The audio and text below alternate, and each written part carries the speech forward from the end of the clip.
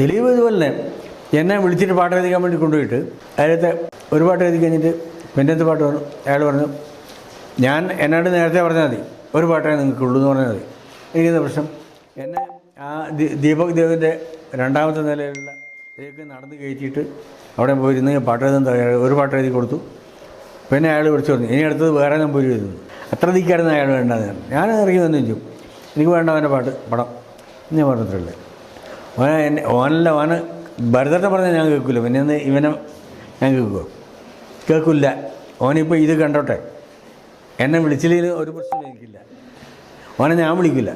ഓരോ മനുഷ്യരുടെ നിലപാടിനെ സമ്മതിച്ചേ പറ്റുള്ളൂ. ഉള്ളത് വെട്ടിത്തുറന്ന് പറയാനുള്ള ധൈര്യം അത് ഏത് ഫീൽഡിലായാലും അത് ഭയങ്കര ഇമ്പോർട്ടൻ്റ് ആയിട്ടുള്ള ഒരു കാര്യമാണ്. പക്ഷെ ഇവിടെ ഇതിലിട്ട് ഇങ്ങനെ ട്രോൾസ് ചെയ്യാൻ കുറേ കണ്ടായിരുന്നു. ഞാൻ അങ്ങനെയാണ് ഈ ഒരു വീഡിയോ എടുത്ത് കാണാൻ കാരണം. എനിക്കിത് കേട്ടപ്പോൾ ഇത്രയൊരു തെറ്റാണോ ദിലീപ് ചെയ്തത്, അല്ലെങ്കിൽ ദിലീപ് മിസ്ബിഹേവ് ചെയ്തു എന്ന് വലിയൊരു കാര്യമായിട്ട് എനിക്കങ്ങ് പറയാൻ പറ്റിയില്ല. കാരണം ഒരു പാട്ട് എഴുതിച്ചു, അത് കഴിഞ്ഞിട്ട് വേറെ നമ്പൂതിരി എഴുതുമെന്ന് പറഞ്ഞു. അതിലൊരു വശപക്ഷിക്ക് ചെറുതായിട്ട് എനിക്ക് തോന്നി.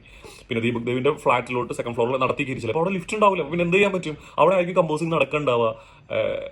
എനിക്കറിയില്ല. പക്ഷേ ഇത് കേട്ടപ്പോൾ പിന്നെ ഇപ്പോഴത്തെ ഒരു സാഹചര്യത്തിൽ കിട്ടാനുള്ളത് വെച്ചിട്ട് നല്ല താങ്ങലുള്ള എല്ലാവരും ദിലീപിന്. അപ്പോൾ അതൊരു മുതൽക്കൂട്ടായിട്ടൊന്നും ഇതൊക്കെ കുത്തിപ്പോക്കി എടുത്ത് കൊണ്ടുവരുന്നത്. അപ്പോൾ ചോദിക്കും, ഞാൻ കുത്തിപ്പോക്കിയതല്ല, നിങ്ങൾ ഓൾറെഡി കണ്ടിട്ടുണ്ടാവും. അപ്പോൾ എനിക്ക് തോന്നിയൊരു കാര്യം ഞാനിവിടെ പറഞ്ഞതേ ഉള്ളൂ.